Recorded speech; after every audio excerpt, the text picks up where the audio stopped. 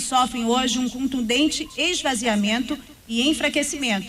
Em entrevista ao jornal Folha de São Paulo, entrevista essa publicada no domingo, o indigenista Bruno Pereira expôs as condições de assédio e perseguição que ele e outros funcionários da FUNAI, que atuam na proteção dos povos isolados, sofrem pela atual direção desta fundação, desta autarquia, e o lobby de parlamentares e representantes do agronegócio retrógrado da autarquia. Duas perguntas sobre essa questão. Como o senhor avalia a manutenção de Marcelo Xavier na FUNAI, nestas condições, e como o senhor pretende fortalecer esse órgão, esses órgãos, não só a FUNAI, outros órgãos também, num eventual governo? Olha, Rosiane, é lamentável, é muito triste a morte do jornalista inglês, é muito triste a morte do indigenista brasileiro, e é grave porque nós vimos um processo ascendente de fortalecimento da FUNAI, de fortalecimento da Polícia Federal na região, de fiscalização na região em função do tráfico de armas, do tráfico de droga. Lamentavelmente, depois do golpe que deram na presidenta Dilma, ou seja, toda a estrutura de acompanhamento das reservas indígenas, todo o sistema de fiscalização que tinha sido montado, foi sendo destruído. Foi sendo destruído, incentivado pelos governos fascistas, de que era importante abrir a porteira para passar o gado, de que era importante abrir a fronteira para passar o garimpo, de que era importante abrir a fronteira para que pescadores profissionais fossem pescar em lugares que eram reservas indígenas, ou seja, uma reserva que permitia que os índios tivessem alimento de fartura, as pessoas iam pegar de forma profissional, pescar para vender em outros lugares. É uma pena que o governo inexista nesse momento nessa região. É uma pena que o governo tenha, cometido um descaso com a preservação da Amazônia, com a preservação dos territórios indígenas, com, a saúde da população. Então, eu penso que o que eu posso te dizer é que nós vamos voltar a fazer aquilo que a gente já vinha fazendo. Nós tínhamos diminuído o desmatamento na Amazônia em 80%. Nós estávamos fazendo a maior marcação de terras indígenas da história desse país. Nós estávamos fazendo territórios que a gente queria que fossem reservas florestais para que a humanidade pudesse viver mais dignamente com aquilo que a Amazônia poderia contribuir para a humanidade. Mas desde 2016 para cá, a gente tem gente governando esse país que não se preocupa com isso, que passa por cima disso. Você tem um presidente da República que vai a Manaus, ao invés de visitar, quem sabe, parente da vítima, ao invés de visitar a família do Bruno, ao invés de ter uma palavra de conforto, ele vai fazer motociata, como se nada tivesse acontecido, da forma mais irresponsável. Um presidente que não tinha derramado uma única lágrima por mais de 670 mil pessoas que morreram de Covid. O que se espera disso? Olha, o que se espera, na verdade, é que a democracia volte a reinar no Brasil e que o povo possa voltar a ter uma certa normalidade, porque nós temos que cuidar da floresta amazônica, nós temos que cuidar do povo da Amazônia, que precisa ter emprego, precisa ter salário, precisa ter qualidade de vida. Nós precisamos cuidar dos indígenas, porque é até um dever moral a gente cuidar daqueles que descobriram o Brasil bem antes dos portugueses e que têm direito de viver dignamente da forma que eles quiserem viver, para que a gente possa manter a cultura indígena, viva no nosso país. Então é lamentável, e eu só posso dizer para você que quando eu for a Manaus, eu vou ver se consigo conversar com os indígenas, quem sabe visitar o Vale do Javari, para que a gente possa marcar uma posição mais forte com relação àquilo. O que eu posso te dizer agora, na primeira pergunta, é o seguinte: não haverá garimpo em terras indígenas. Essa é uma questão de lei, é uma questão da Constituição, é uma questão, um dever moral da sociedade brasileira para com os indígenas brasileiros. Muito bem, presidente. Eu vou insistir na primeira pergunta que eu fiz em relação à atual direção da FUNAI, em função de tudo que o Bruno relata nessa entrevista na Folha de São Paulo e que é trazido também pelos funcionários da FUNAI, de assédio, de funcionários que tentam fazer a defesa dos territórios e sofrem assédio, sendo perseguidos. Há um relato em dossiê a esse respeito e o atual presidente da FUNAI, Marcelo Xavier, não faz nenhuma questão de esconder a relação que ele tem, o histórico que ele tem com pessoas de influência, de interesses diversos aos interesses dos direitos indígenas. Qual a sua opinião a respeito da manutenção deste nome diante de tudo o que esta questão está causando ao país internacionalmente? Olha, desde que esse governo tomou posse, Rosiane, que a gente vê que a política dele não é cuidar, é descuidar, não é preservar, é desmatar. Sabe por quê? Porque ele colocou o ministro do meio ambiente que queria destruir, que não queria, preservar a nossa floresta, que não queria preservar as terras indígenas.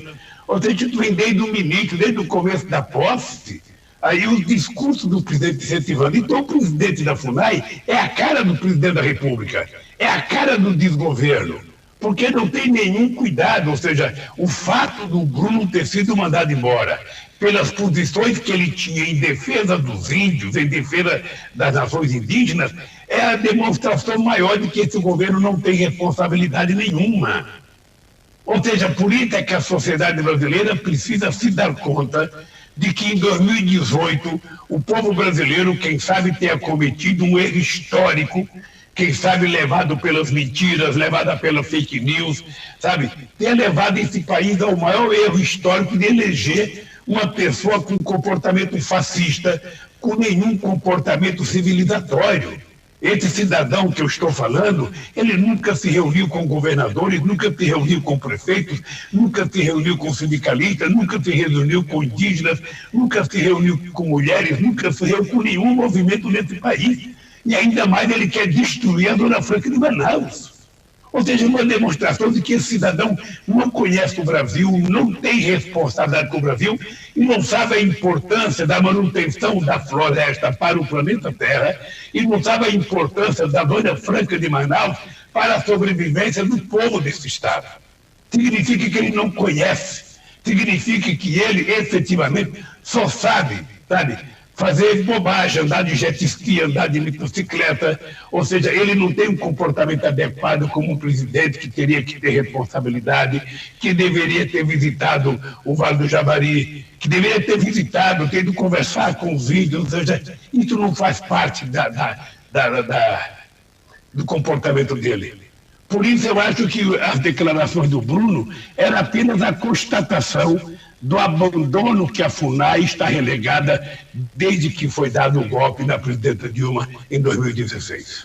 Presidente, a bárbara morte do Bruno Pereira e do jornalista Dom Philips expôs a fragilidade das nossas fronteiras e a grande influência do narcotráfico em crimes ambientais, ou seja, a Amazônia servindo como rota do tráfico internacional de drogas e de produtos extraídos ilegalmente da floresta. O que o senhor pretende fazer a esse respeito se vencer a eleição? Olha, o Fred, essa é uma coisa que eu acho que é nobre a gente fazer uma discussão. Eu vou ter uma reunião na próxima semana com todos os governadores do PT e dos partidos coligados com o PT, para que a gente possa, a partir da experiência desses governadores, a gente saber que política nós vamos ter para as nossas fronteiras. Primeiro porque é preciso saber qual será o papel do Exército, ou seja, embora o Exército não tenha papel de polícia, é preciso que a gente rediscuta para saber qual é o papel do Exército ao cuidar das nossas fronteiras. Segundo, qual é o papel da Polícia Federal. Ou seja, a Polícia Federal ela precisa fazer concurso, precisa ter mais policiais, porque nós precisamos ocupar mais gente ocupando a nossa fronteira. Eu não sei se você sabe, eu fiz aquela ponte que nós fizemos entre o CIS Brasil no Acre e o Peru, uma estrada que vai até Lima.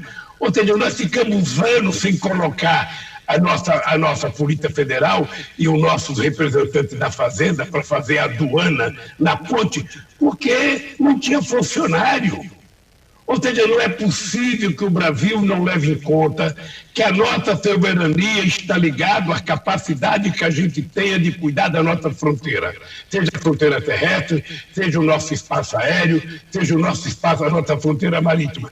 Nós precisamos ter em conta que o mundo está mudando rapidamente, que o narcotráfico está crescendo, que o Brasil é uma área de influência e por onde passa muitas drogas que vão para outros países do mundo, tráfico de armas que vem para as grandes regiões metropolitanas desse país.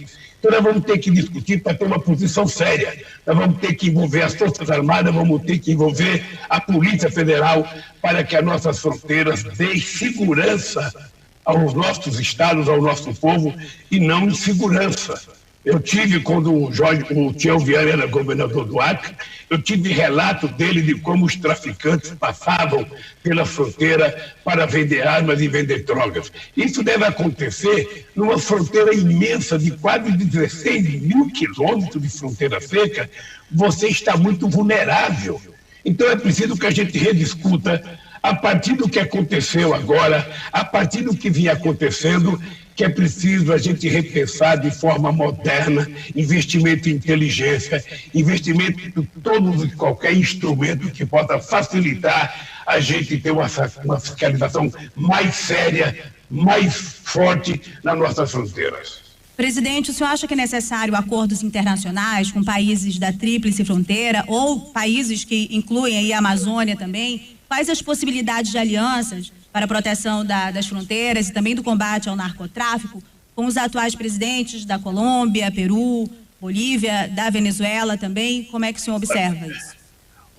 Ziane, eu acho que o que está acontecendo na América do Sul é muito importante. Nós temos visto um conjunto de presidentes eleitos cada vez mais democráticos. Acabamos de ter a eleição na Colômbia do companheiro Petros, que é um companheiro progressista, que é um companheiro democrata, que é um companheiro que pensa a questão da Amazônia.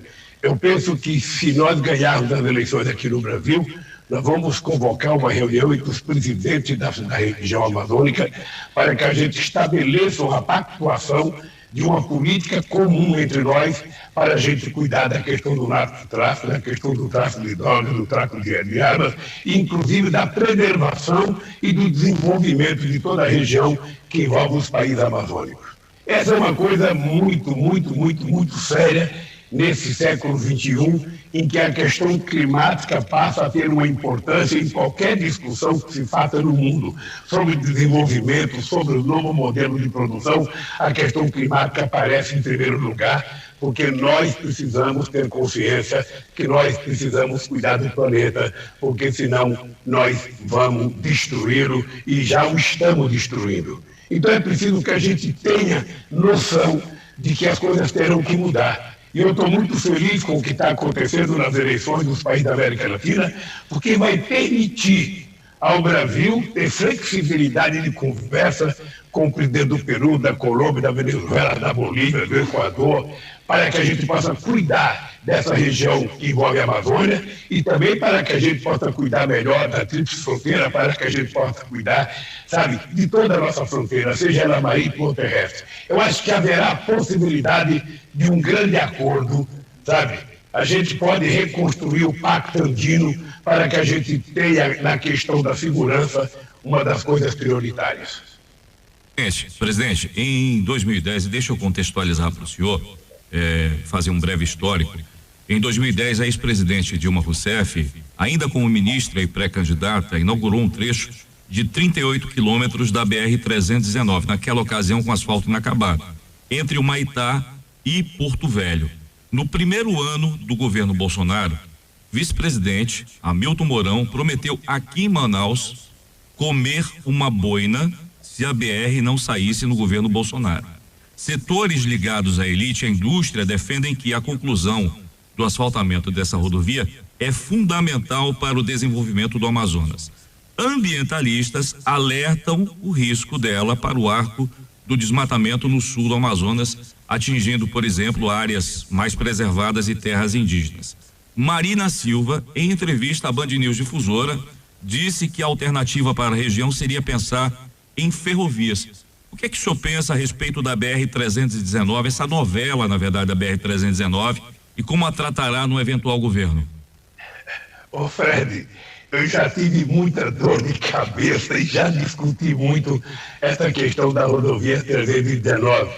com a Marina, com o Mick quando era ministro, com o Alfredo quando era ministro do Transporte, eu era favorável que se apresentasse um projeto, primeiro, de preservação ambiental, porque a estrada já tinha existido um tempo, a estrada já tinha funcionado, ou seja, o abandono da estrada fez com que a floresta crescesse em alguns lugares que tem estrada. Eu acho que se você levar em conta a preservação ambiental, fazer com que os animais possam transitar de um lado para o outro, fazendo espaços para isso, você pode até construir a estrada. Você pode construir a estrada, você pode ter um sistema de fiscalização forte, pago pelos próprios usuários da estrada. O que não dá e que não é possível é a gente ficar impedindo o desenvolvimento de determinadas regiões, sabe, envolvendo o estado do Amazonas e o estado de Rondônia. Ou seja, quando nós fizemos a ponte sobre o Rio Negro, a gente tem expectativa que seja possível pensar, olha, se for uma rodovia, melhor ainda. Se for uma rodovia, melhor ainda. Não tem projeto de rodovia, de ferrovia, tem projeto de rodovia.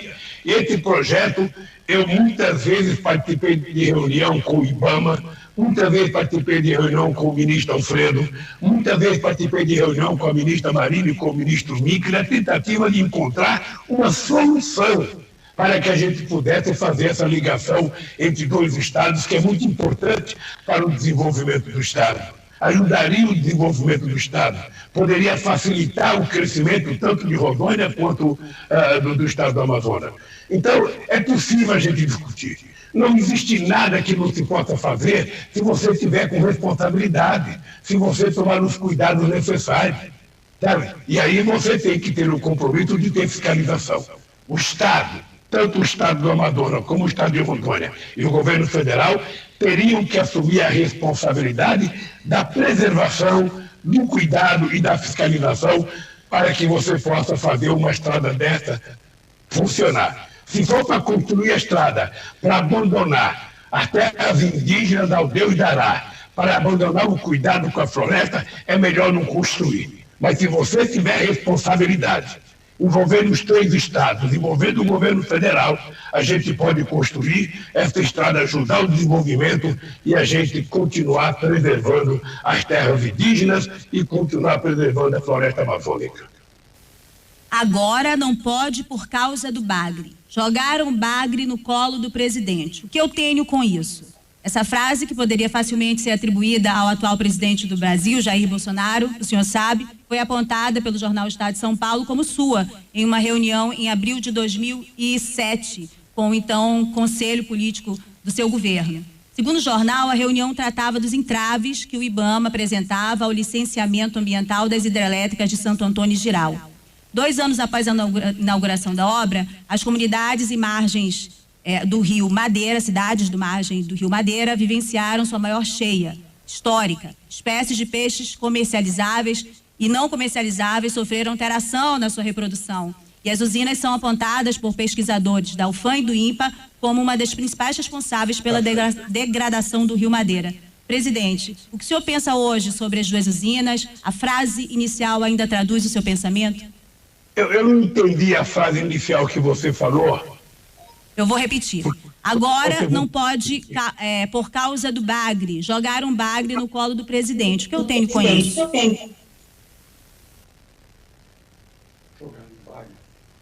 Repete para mim, por favor. Agora não pode, por causa do bagre. Jogaram o bagre no colo do presidente. O que eu tenho com isso? Você não tem noção. Você não tem noção, Rosiane, de quantas horas de reunião eu fiz para que a gente pudesse discutir Santo Antônio e Jirau. Você não tem noção de quantas reuniões. A última reunião que eu tive foi uma reunião em que nós trouxemos, primeiro, o maior especialista do mundo em sedimentos em rios de água doce. Um cidadão que veio da Índia, numa reunião em que estava presente a Marina, estava presente a assessoria da Marina, estava presente eu, estava presente a Dilma, estava presente vários empresários, estava presente o Ministério Público, a Advocacia Geral da União. Era uma reunião muito, muito longa, com muita gente, e nessa reunião nós fizemos uma apresentação, sabe, sobre a questão do sedimento, O especialista que veio da Índia disse que não tinha problema nenhum, que poderia fazer a barragem. E a questão do bagre, ou seja, é importante dizer, muito dos bagres que tem na região do Rio Madeira, eles podem ser criados em cativeiros. Isso foi provado na reunião. Ou seja, isso foi provado que todos eles já são criados em cativeiro. Eu até disse para a Marina, olha Marina, se a gente tiver dificuldade, eu quando deixar a presidenta vou comprar uma canoa, vou encher os bagres aqui, vou levar para ele desovar em outro lugar, aonde ele precisa desovar. Porque é perfeitamente possível você fazer com que os bagres sejam criados pelos próprios povos ribeirinhos. Você pode criar tanques para criar esses peixes e fazer com que as pessoas tenham uma certa rentabilidade. Eu não sei, porque faz tempo que eu deixei a presidência, mas nós tínhamos um acordo, tínhamos um contrato entre o Ministério Público, entre as empreiteiras, entre o governo e entre a comunidade, do que ia ser feito, do que ia ser colocado de dinheiro lá para fazer as benfeitorias. Olha, se isso não aconteceu, é preciso saber por que não aconteceu, quem descumpriu os contratos. Mas as hidrelétricas eram extremamente necessárias para o Brasil e elas foram feitas respeitando todas as normas e todos os contratos que nós fizemos. Eu, sinceramente, acho que foi um benefício para o Brasil a gente ter feito essas hidrelétricas, sabe, em tempo certo e na hora certa para o nosso país, para que a gente pudesse desenvolver a região. Enquanto a região não tivesse potencial de utilizar toda a energia, ela seria vendida para outros estados, e eu acho que eles estão funcionando bem, sabe? Estão produzindo a energia que o Brasil precisa. Agora, o problema é esse, é que você tem gente que é contra a construção de energia por princípio, e vai ser contra a vida inteira. É como você querer que um jogador do Vasco, que um torcedor do Vasco torça para o Flamengo. Não vai torcer nunca. Ou um flamenguista torça para o Vascaíno. Por melhor que o Vasco esteja, não vai torcer. Olha, a pessoa que, por princípio, é contra a hidrelétrica, vai ser contra a hidrelétrica em qualquer lugar. Eu lembro que em 74, quando se discutia a Itaipu, você não tem noção do que se falava de Itaipu. Ela ia mudar o eixo da terra, sabe? Ela não ia segurar a água, porque a água iria transportar, que ia mudar seriamente o clima da região. E Itaipu está inaugurada desde a década de 70 e é uma das coisas mais importantes que o Brasil produziu naquela época. Hoje, possivelmente, tivéssemos muita dificuldade de fazer Itaipu. O dado concreto é que o Brasil precisa dela. Da mesma forma que precisamos das hidrelétricas do Antônio Giral. Presidente, a possibilidade de obras como a hidrelétrica de Belo Monte é citada, já que o senhor falou, pela própria Marina Silva e por outros ambientalistas como entrave para a declaração de apoio de voto ao senhor. O senhor faria Belo Monte de novo? Faria. Veja, eu conheço o argumento das pessoas que são contra. Eu conheço, ou seja, as pessoas eram contra um projeto, primeiro projeto, nós reduzimos o projeto original em mais da metade, fizemos um projeto com quase um pouco mais de um terço daquilo que era o lago original, fizemos um ajuste de conduta com todos os movimentos, com todos, com o MAB, com o Índios, com o Ribeirinho, com o Ministério Público, e nós fizemos uma hidrelétrica chamada Fio d'Água. Uma hidrelétrica que não tem lago, ela não tem reservatório de água. O maior reservatório de Belo Monte é efetivamente, sabe, a cheia do rio. Esse é o reservatório. Quando o rio enche, é o maior reservatório, é a enchente do rio. Ou seja, e nós vamos ser criticados daqui a 20 ou 30 anos porque nós fizemos ela fio d'água e não fizemos um lago para reservar água. Na questão de Belo Monte, eu tinha saído do governo quando ela começou a fazer, mas eu lembro perfeitamente bem que foi feito um acordo que envolveu todas as partes envolvidas, que custou 5 bilhões de reais para que se fizesse as benfeitorias que a sociedade reivindicava. E isso foi feito. Olha, se foi aplicado ou não, eu não sei, porque eu deixei a presidência dia 1º de janeiro de 2011 e nunca mais eu fui a Altamira. Mas veja, quem sabe nessa eleição, quem sabe em Pará, eu posso ir a Altamira para saber o que foi feito do acordo que nós fizemos. Porque foi acordado tudo.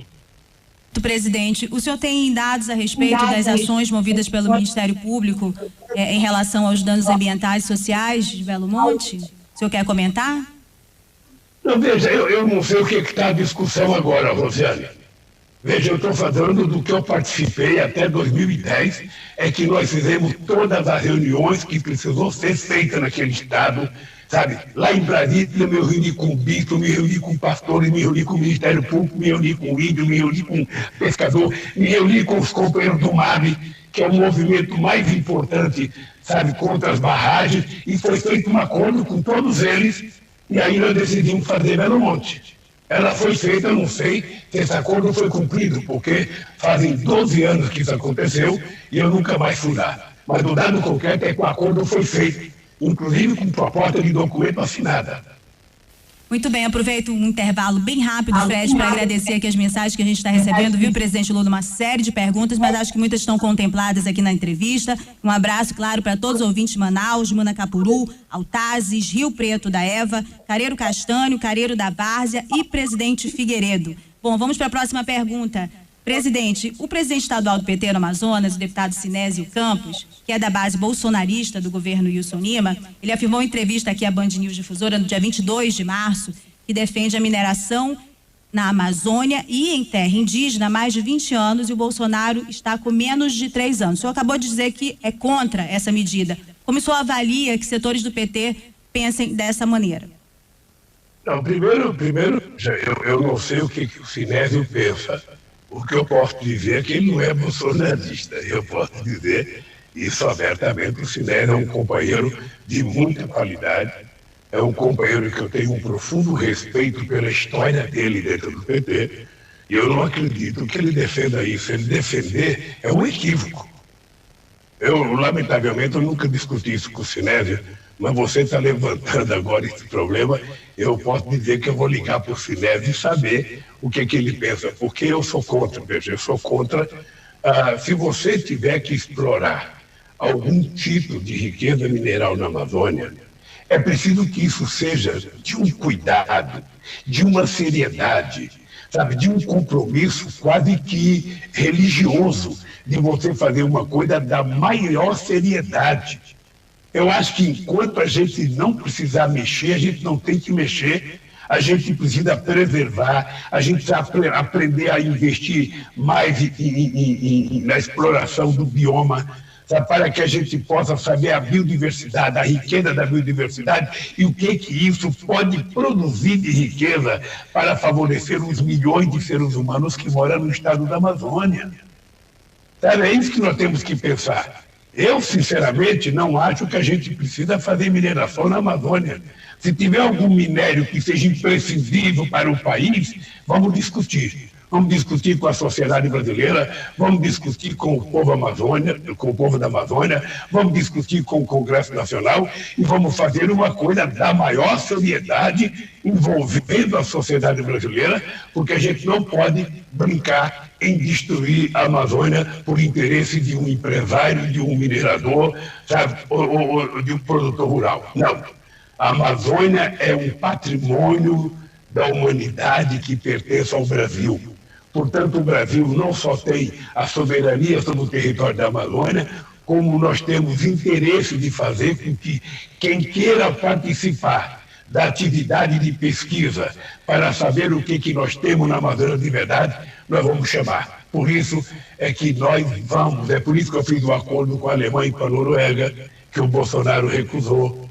É por isso que eu defendo a ideia de que nós precisamos muito preservar a floresta amazônica. Ao mesmo tempo que nós temos que ter coragem de dizer, sabe, que a gente vai manter a Zona Franca. Você está lembrado que eu prorroguei a Zona Franca por 10 anos, a DIMPA prorrogou por 50 anos, e eles agora querem destruir, criando imposto para a Zona Franca.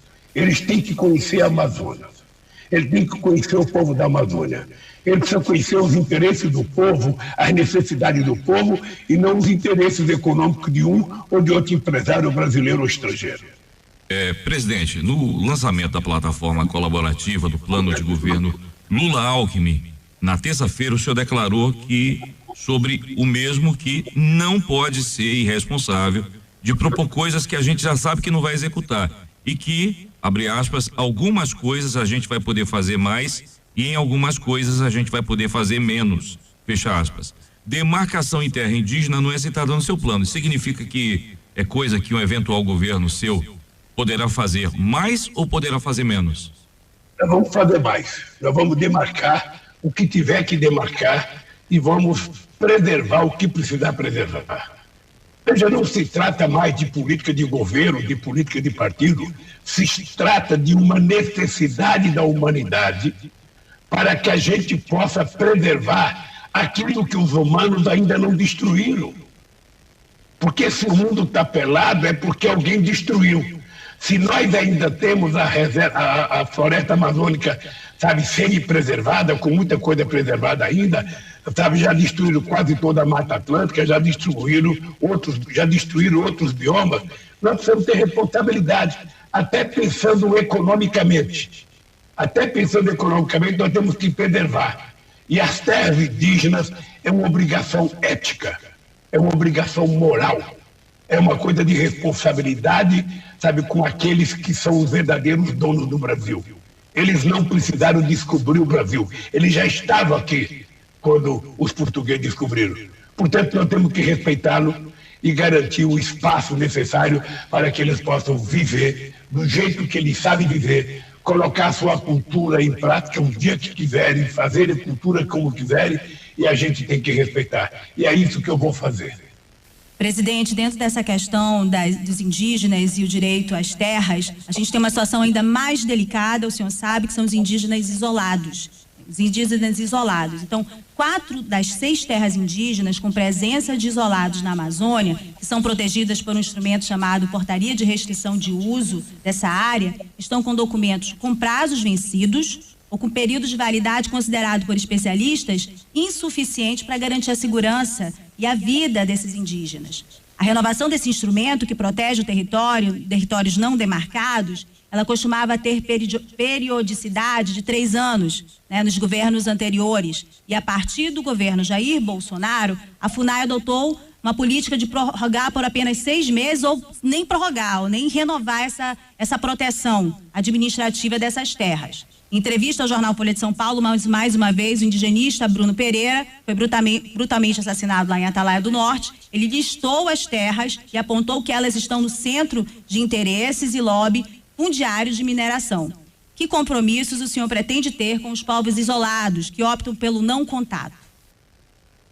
Veja, primeiro nós temos a obrigação de preservar os povos isolados. Nós temos a obrigação, o território dele tem que ser intocável. Sabe, nós temos que aprender com essa gente e não tentar destruí-los. Sabe, nós temos que aprender com essa gente pode ensinar a humanidade a ter um comportamento diferente, sobretudo nesse momento histórico do Brasil, em que os humanos estão ficando desumanos, em que o ódio prevalece sobre o amor, sabe? A ofensa, ela prevalece sobre a educação, sobre o respeito. Você viu na televisão esses dias um procurador do Estado em São Paulo, na cidade do Bolsonaro, sabe, batendo numa mulher e ainda bateu na outra que foi tentar ajudar a companheira procuradora que estava apanhando. Sabe? Então, o mundo está violento. Porque nós temos um presidente violento. Porque nós temos um presidente que pratica a violência todo dia, a violência verbal. Quando ele vai à cidade de Manaus e não oferece nada para o povo, vai só fazer uma carreata e vai inaugurar uma obra que começou no governo da Dilma. Esse cidadão deveria ter tido a pachorra de visitar a família do Bruno. Esse cidadão deveria ter tido a pachorra de visitar o Vale do Javari. Vai lá, tem lanche especial, tem helicóptero, vai lá fazer uma visita, vai conversar, dá uma mensagem de otimismo, uma mensagem de carinho para o povo. Não, ele vai, junta os trogloditas dele, sabe, faz a motociata e vai embora. Sabe, é preciso perguntar o seguinte, gente, sabe, é só olhar o que o PT fez quando governou para o estado do Amazonas e olhar o que aconteceu com o Amazonas depois que deram o golpe no Brasil. É só olhar e você vai perceber que eles não fizeram nada. Nada. O máximo que foi feito foi inaugurar alguma coisinha que o PT tinha começado.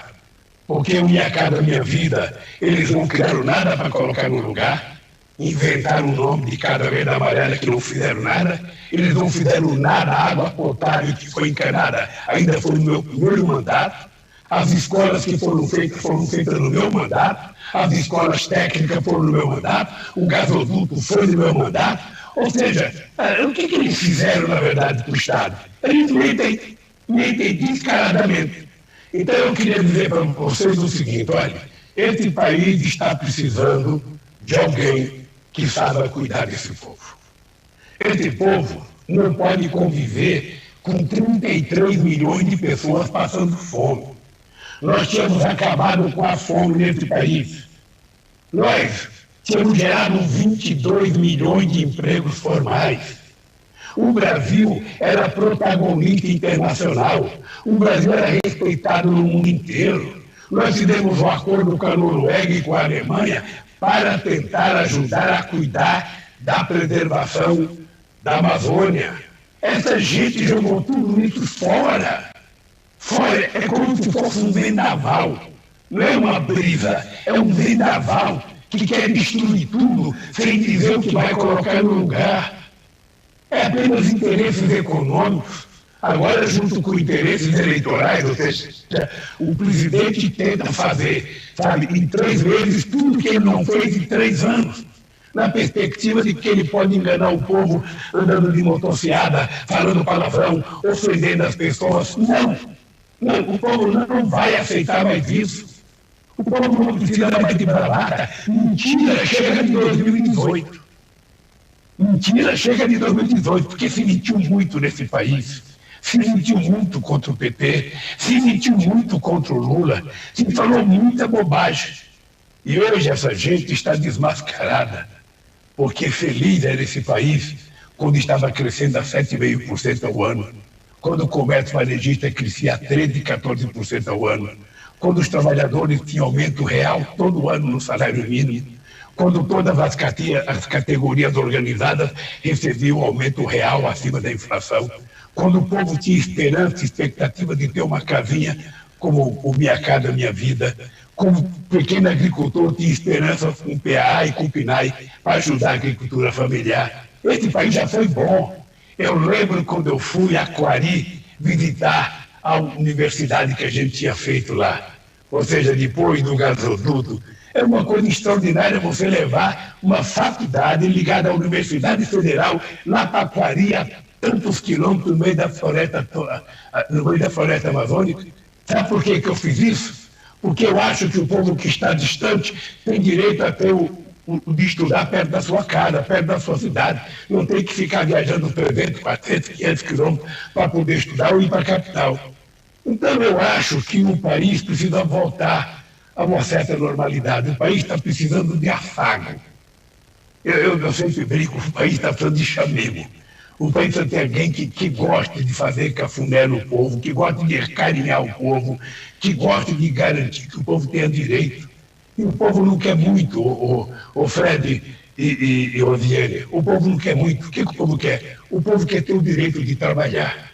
Ele quer sustentar a sua família com o seu salário, trabalhando honestamente. O povo quer ter uma casinha. O povo quer que os filhos tenham direito a uma educação de qualidade e possam chegar à universidade.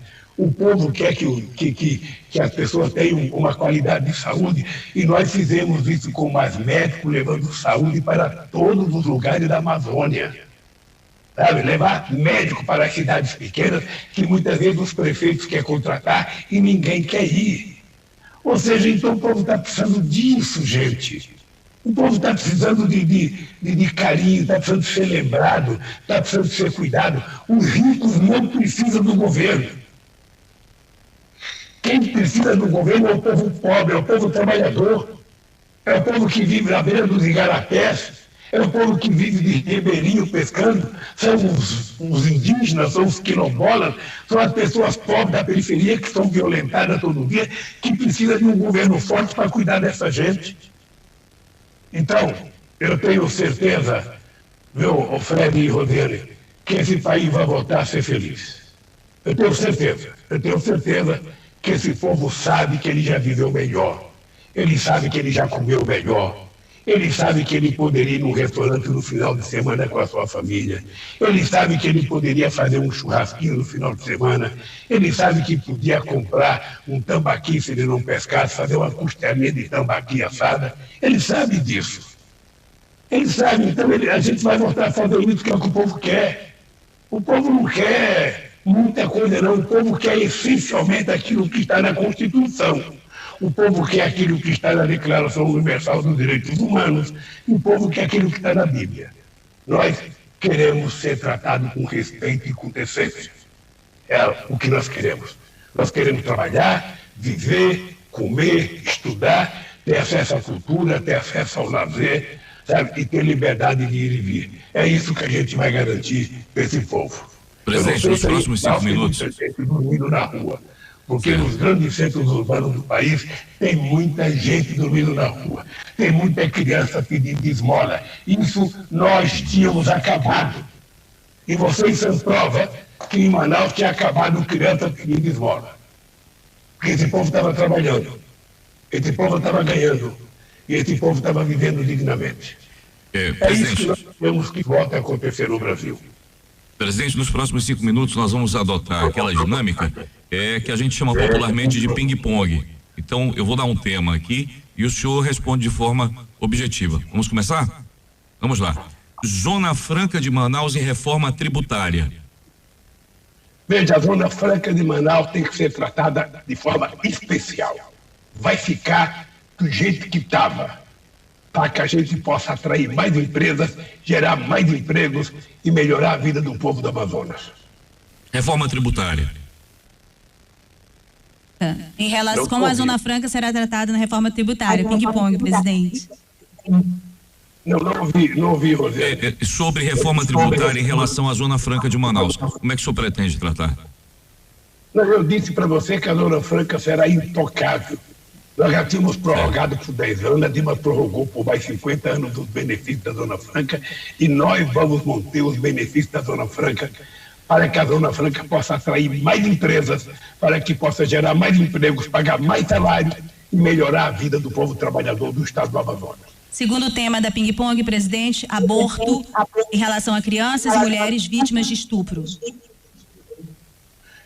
Veja, eu acho que a lei já diz. A lei já garante que a vítima de estupro tem direito a fazer o aborto, sabe, legalmente protegido pela medicina brasileira. Presidente, CPI da Petrobras. Está havendo uma certa falha, viu? Eu vou repetir. Fred. CPI da Petrobras. CPI da Petrobras? Isso. Exatamente. Mas deixa eu te falar uma coisa, eu não sei o que eles querem com essa CPI. Veja que engraçado. Eles estão tentando destruir a Petrobras a cada passo. Tentar destruir a imagem, tentar destruir o crescimento, tentar destruir o investimento. Eu só vou dar um dado para você, eles já privaram os gasodutos que nós tínhamos feito. Eles já privatizaram a BR com argumento para a população que se tivesse muitas empresas vendendo gasolina, ela seria mais barata.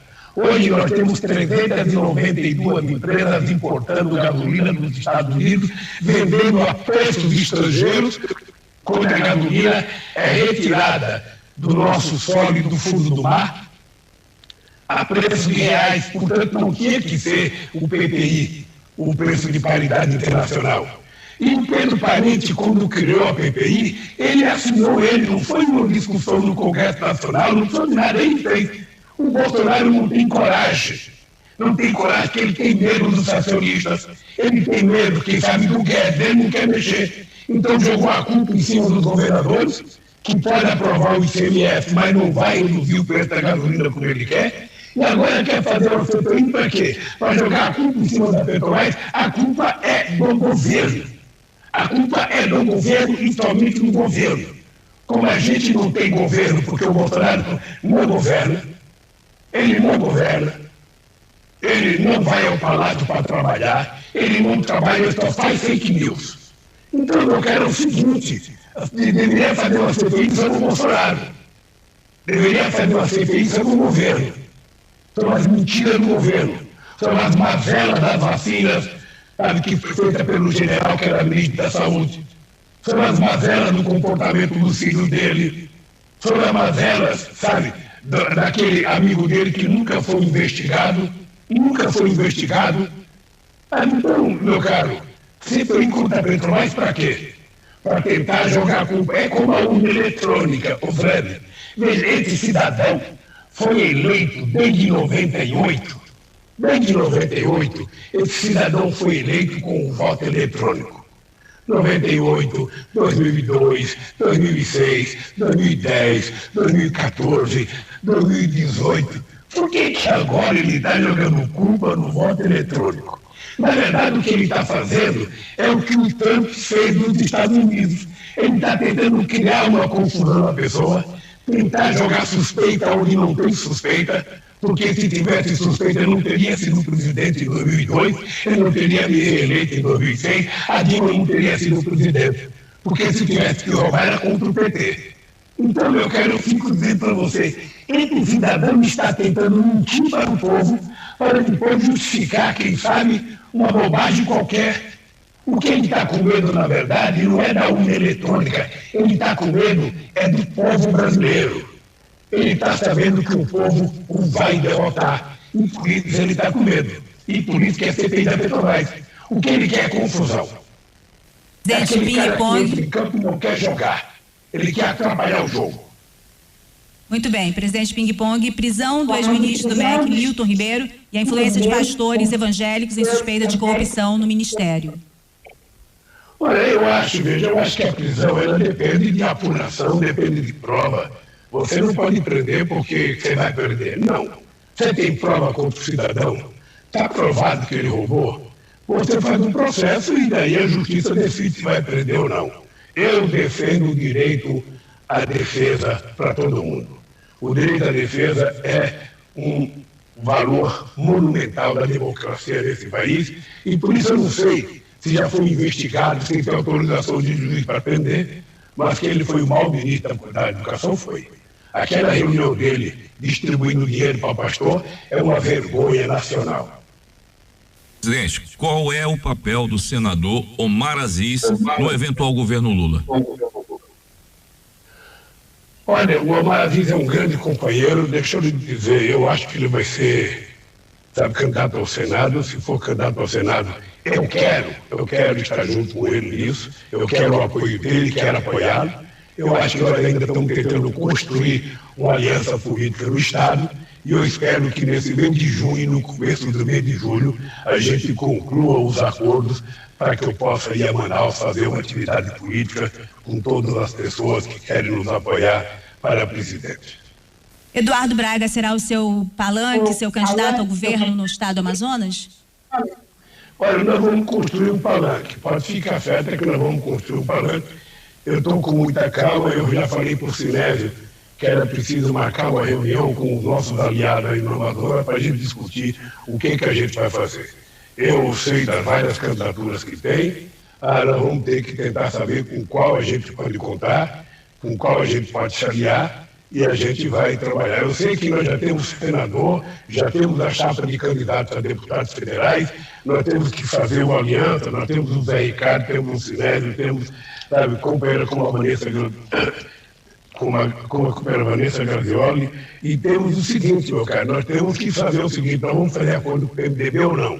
É preciso discutir a nível nacional com o PMDB. E nós temos o Omar Aziz, que é um aliado desde que estava no governo do Amazonas, e no Senado ele tem tido um comportamento extraordinário com relação ao PT e com relação a mim. Presidente, eu quero agradecer em nome da Rede Difusora de Rádio a sua participação aqui nessa entrevista, essa primeira de várias entrevistas com pré-candidatos à presidência da República. Muito obrigado aí por dispor do seu tempo e esclarecer questões tão importantes aqui para o estado do Amazonas. É isso, né, Rosiane? Sim, é isso. Muito obrigada, presidente Lula, pela disponibilidade da entrevista. Tem espaço para suas considerações finais. Fred e Rosiane, eu quero agradecer a vocês. Eu espero que quando eu for ao estado do Amazonas eu possa fazer uma visita a vocês, quem sabe uma entrevista ao vivo, quem sabe a gente possa fazer uma conversa tete a tete para que vocês possam perguntar. Já está marcado. Topamos. Cumprimentar o Zé Ricardo, cumprimentar o Sinésio, cumprimentar a nossa querida secretária nacional das mulheres, a Anne Dalmo. Quero cumprimentar os nossos companheiros deputados estaduais, vereadores, e quero cumprimentar a nossa Vanessa Graziotin, do PCdoB, que é uma aliada histórica nossa. Graziotin, né, presidente? Defesa da companheira Dilma. E quero cumprimentar o povo do estado do Amazonas. Quero cumprimentar os sindicalistas, quero cumprimentar os indígenas, quero cumprimentar o povo que efetivamente trabalha para construir esse estado, quero construir os empresários que querem crescer, que querem ganhar dinheiro, mas querem preservar a Amazônia também, porque hoje as pessoas sabem que aqueles que trabalham para exportar, sabe, produtos agrícolas, sabem que vai ficar cada vez mais difícil a gente exportar se a gente não estiver preservando, sabe, o nosso meio ambiente. Então, um abraço a você, Fred, um abraço, Rosiane, e até um encontro pessoal, se Deus quiser. Obrigado, presidente. E com isso também a gente vai encerrando a nossa participação aqui nessa entrevista. O programa do Garotinho continua, mas eu quero te agradecer pela companhia, viu, Rosiane? Conheço teu trabalho já há bastante tempo aqui na Band.